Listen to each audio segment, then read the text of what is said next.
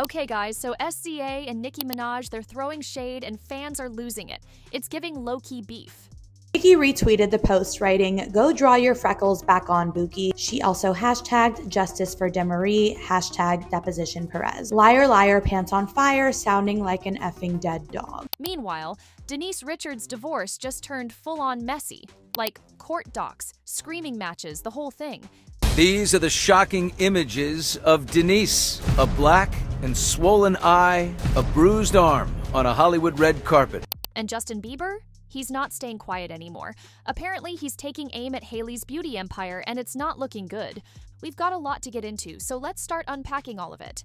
Let's break down the SZA Nicki Minaj drama. And yes, it runs deeper than just the Twitter shade. It all kicked off when Nicki went off on X about Terrence "Punch" Henderson. She accused SZA's longtime manager and president of Top Dog Entertainment of bullying her after she rejected one of his business proposals. Nicki claimed it was public smearing, and she had the messages to prove it. That sparked online chaos, and soon after SZA posted a cryptic tweet about Mercury retrograde, "Don't take the bait, lol silly goose." Nicki took it as a direct jab and erupted, calling SZA musty, mocking her voice, questioning her relevance, and touting her own global festival headline status. Nicki's shade got brutal. I don't know what to tell you. It's been an issue with Young Money in general watching the success of TDE, and I really think they're recognizing that there's a shift in the industry.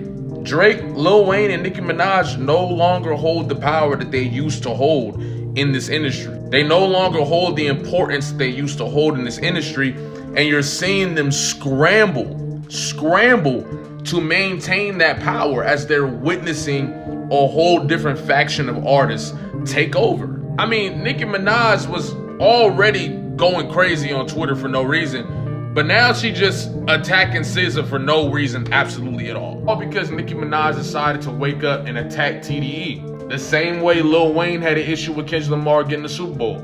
The same way Drake been trying to interrupt all of Kendrick Lamar's moments.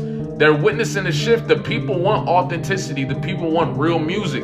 The people don't want this to just be about consumerism no more. And that's Young Money's entire legacy, consumerism. She wrote, "If every song you've ever done disappeared, the music biz wouldn't miss you.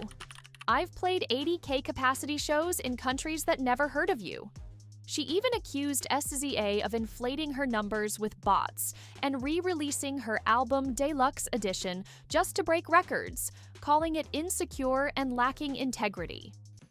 SZA didn't respond with rage. Instead, she elegantly clapped back, posting texts from 2020 showing Nicki personally asked for a feature. Plus, she reminded fans she's been quoted verbatim on Nicki's hit Feeling Myself. That screenshot drop was a power move, quietly exposing hypocrisy without screaming. 4 hours ago, Nicki Minaj has been online making it seem like SZA doesn't really have much of a career. Like, she's been reposting stats that put her and SZA next to each other in different situations. She posted about the GNX tour and said, "Is this that hoe tour or her bro tour?" talking about Kendrick Lamar. Punch later confirmed on The Breakfast Club that yes, Nicki reached out in 2020, but the collab didn't happen. He also said he had no clue why things got heated all of a sudden. So I reached out to Punch from TDE, who I also talked about in the first hour, who was at one point managing SZA, and I asked him, how did we get here? Like, Nicki Minaj is alleging that y'all have had issues behind the scenes, and because of that, this is an alleged retaliation, like you guys have been retaliating against her. And here's what he said to me. So he said, back in 2020, Nicki Minaj had reached out for a SZA feature on a song. He responded and told Nicki Minaj that SZA was in album mode heavy and that he would get it over to her, and that was it. They never spoke again. Feature didn't happen, but he says he's lost after that as well. Now let's get into the Denise Richards situation, because her divorce just went from private mess to full public chaos. Denise Richards' divorce drama just hit another level, and it involves some deeply disturbing court photos showing her with a black eye. And yes, things are getting ugly. The first blow, Aaron Pfeiffer's filed for divorce from Denise on July 7th, citing irreconcilable differences and citing their separation date as July 4th. But the Star-Spangled Split may end up costing Denise quite a few George Washingtons. According to court docs obtained by Page 6, Aaron requested spousal support, claiming Denise makes more than $250,000 per month, and that their monthly expenses are a whopping $105,000. That's a very pretty penny. He also requested spousal support, claiming Denise earns over $250,000 a month while he's unemployed since closing his wellness business. That set the stage for absolute chaos. Days later, in response, Denise filed a temporary restraining order detailing years of alleged abuse, including choking, head trauma resulting in concussions, slapping, and death threats. It's not easy being married to me. Aaron claiming the former Real Housewife spends a whopping $105,000 a month. You mean this isn't normal? So just how did Aaron get that number? Well, let's break it down. Rent is $18,000 a month. I needed some space, so I rented a townhouse, and then I rented another one and another one. So I have 3 of them. She even claims Vipers owns unregistered firearms and accessed her digital accounts without permission.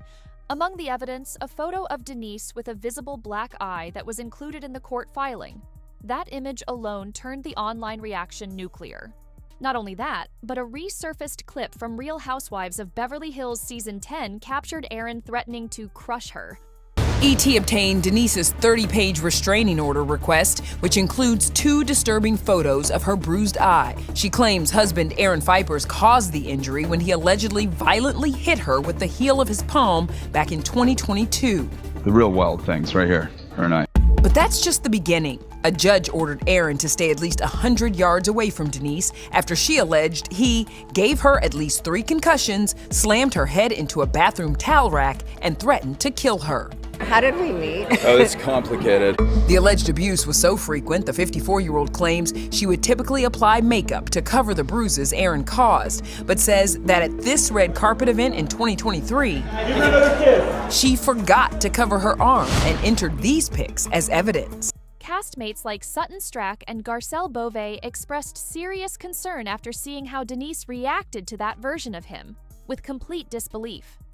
Then Aaron's side hit back. In his statement to People, he called Denise's allegations completely false and deeply hurtful, saying he's never laid hands on her. He also claimed Denise's eye injury was from a fall, not violence. Meanwhile, he's asking for property division and insisting it's Denise who owes him financially. Multiple outlets labeled the marriage toxic, pointing to a nonstop pattern of emotional abuse and conflict behind closed doors. Insiders describe the relationship as a spiral of verbal fights, financial strain, and Denise being the primary earner, raising speculation about a long-term power imbalance. To add context, Denise has been through a major public divorce before, from Charlie Sheen. That experience already cost her acting jobs and made her struggle professionally. I went through so much with my divorce from Charlie that it affected my career. And I had a hard time actually getting a job because people perceived me as someone that was trying to take down Charlie Sheen, who was on this big show, and it was the network and studio, and it was a different time. He was all over the place during that time. Yeah, and it was hard. So I also had 2 daughters. I didn't have Eloise at the time, and I had to work. So what'd you do? I did my reality show. And then you just... And then it changed. Then I was able to get back to working as an actress again because I just had to be myself on that show because there was so much written in the tabloids about me that was so negative. And I wasn't one that, if you say stuff, it creates another story. So sometimes it's better to just be quiet and let that story go away. But there were so many stories that it was really difficult when I was going through my divorce. Now, photos of her injuries plus explosive court files are giving this story maximum fallout and drama. At this point, Denise's legal filings and photos have turned the rumor mill into a full-on scandal. Court is set for August 8th, and that's when all of this hits next controversial level. And lastly, let's talk about Justin. Because behind the music and latest album, things with Hailey are apparently getting real messy. Justin just dropped Swag, his first album since becoming a dad, and he's been hyped to call it his most honest work yet. But insiders say it's also a sign he's in a personal crisis. featuring raw lyrics about marriage struggles, identity, and being overshadowed by Hailey's $1 billion road empire. This clarification comes following speculation that Justin didn't have the money to pay Scooter the $31.5 million he owed the former record executive for canceled shows and unpaid commissions. Sources reveal that Justin's tension isn't just internal, it's with Hailey's team. Word is he's been deeply frustrated with how they've handled his career and image, even shading them in interviews. One insider called it sulky, possessive energy, saying he's acting like a jealous teenager since Hailey's business success took off. Is Justin Bieber jealous about all the attention his wife Hailey has been getting lately? Not only did Hailey cover Vogue this month, but she also sold her Rhode makeup company for a deal which will eventually reach $1 billion. Well, a source close to Justin has told the US Sun that he is not happy right now not being the center of attention. They said that Justin is obsessed with being the dominant figure in their relationship and is jealous of his wife's success. They said it definitely feels like a blow to his ego.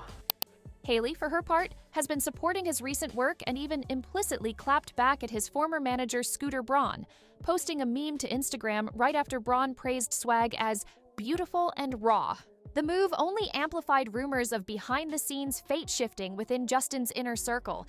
Add in the couple's marriage counselors reportedly calling in for tons of therapy, along with ongoing Instagram and message drama, and you've got a recipe for real tension. Now, more recently, Justin's lyrics in songs like Walking Away are considered direct bars at Hailey's team and the fame mechanics surrounding them. It's not just an album, it's a statement. He's basically saying, this isn't working for me anymore. And he's refusing to play along with the public relations dream couple narrative. I think currently we're in a time where people just are going to music for vibe, and this album feels like a great example of vibe tourism to me, where Bieber is, always been a great curator of collaborators of the moment. Meanwhile, Hailey is dealing with the fallout. As her brand skyrockets, friends say she's balancing motherhood, public scrutiny, and emotional labor, and Justin's behavior is wearing thin. That's it for today's video, but we want to hear from you. What are your thoughts on the Nicki and SZA drama? And do you think Justin can actually bounce back and repay that massive loan? Drop your thoughts in the comments below. We'll be reading.